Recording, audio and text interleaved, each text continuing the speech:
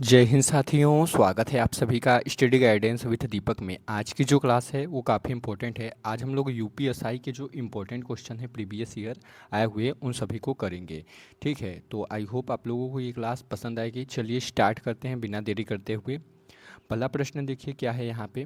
प्रश्न आया है यहाँ पे कि देखिए, राष्ट्रीय भारत परिवर्तन संस्थान के अध्यक्ष कौन होते हैं।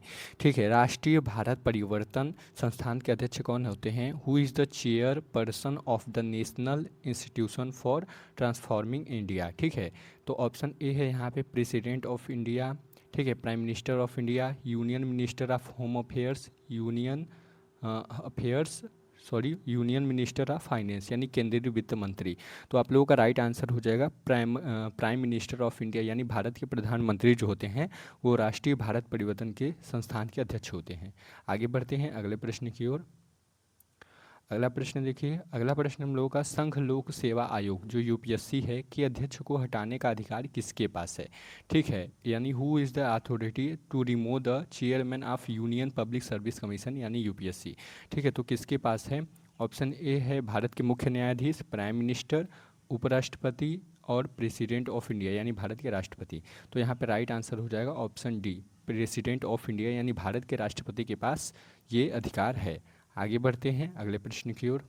अगला प्रश्न है आप लोगों का, भारतीय संविधान के निम्नलिखित अनुच्छेदों में से कौन सा अनुच्छेद राज्य को राष्ट्रीय महत्व के स्मारकों की सुरक्षा का निर्देश देता है।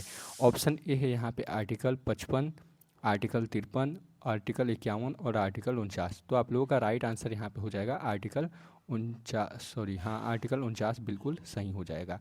आगे बढ़ते हैं अगले प्रश्न की ओर। अगला प्रश्न देखिए, अगला प्रश्न है राजस्व बोर्ड यानी उत्तर प्रदेश का जो है the board of revenue Uttar Pradesh was की स्थापना वर्ष 1831 में किसके द्वारा की गई थी। ठीक है, इन द ईयर ऑफ 1831। ठीक है, तो मिर्ज़ापुर, वाराणसी, कुशीनगर और इलाहाबाद। तो राइट आंसर हो जाएगा आपका डी ऑप्शन, उत्तर प्रदेश की स्थापना वर्ष 1831 में इलाहाबाद में की गई थी। आगे बढ़ते हैं अगले प्रश्न की ओर। ठीक है, अगला प्रश्न देखिए, पाँचवा नंबर, भूतृथ की एक प्रणाली है जिसमें 1793 में लॉर्ड कॉर्नवालिस द्वारा स्थायी बंदोबस्त के माध्यम से मध्यस्थों के भूमि अधिकारों की पुष्टि की गई थी। ठीक है, तो जमींदारी प्रणाली, रैयतवाड़ी प्रणाली, महालवाड़ी प्रणाली और संरक्षक ग्राहक संबंध। ठीक है, तो यहाँ पे राइट आंसर ऑप्शन ए हो जाएगा जमींदारी प्रणाली। ठीक है, कौन सी प्रणाली थी जिसमें 1793 में लॉर्ड कॉर्नवालिस द्वारा स्थायी बंदोबस्त के माध्यम से मध्यस्थों के भूमि अधिकारों की पुष्टि की गई थी। तो वो प्रणाली कौन सी थी। तो जमींदारी प्रणाली थी, याद रखिएगा। ठीक है, आगे बढ़। अगला देखिए, छठा नंबर प्रश्न हम लोगों का क्या है। छठा नंबर प्रश्न है, किस संशोधन द्वारा संपत्ति के अधिकार को मौलिक अधिकारों के रूप में भारत के संविधान से हटा दिया गया था। 25वें संशोधन, 52वें संशोधन, 44वें संशोधन और 42वें संशोधन। तो यहाँ पे राइट आंसर हो जाएगा ऑप्शन सी, 44वें संशोधन। आगे बढ़ते हैं अगले प्रश्न की ओर।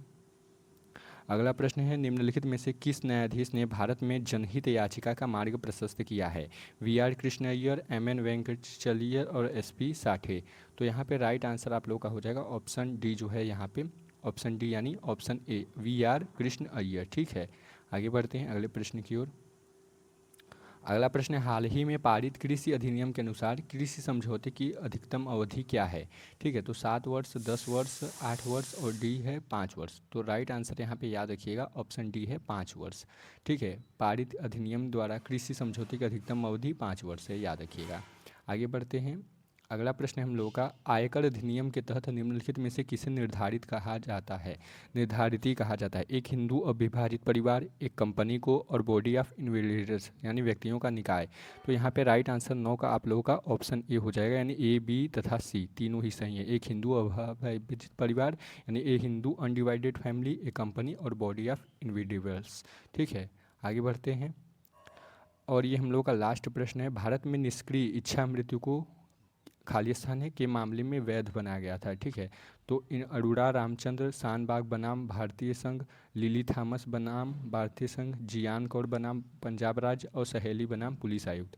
ठीक है, तो यहाँ अरोड़ा रामचंद्र शानबाग बनाम भारतीय संघ के द्वारा ये वैध बनाया गया था। ठीक है, तो हम लोगों का इतना ही प्रश्न है। आई होप आप लोगों को ये पसंद आया होगा, तो वीडियो को जरूर लाइक कर दीजिएगा और साथ में कमेंट नीचे ज़रूर कर दीजिएगा। धन्यवाद, मिलते हैं एक और ऐसे ही वीडियो में।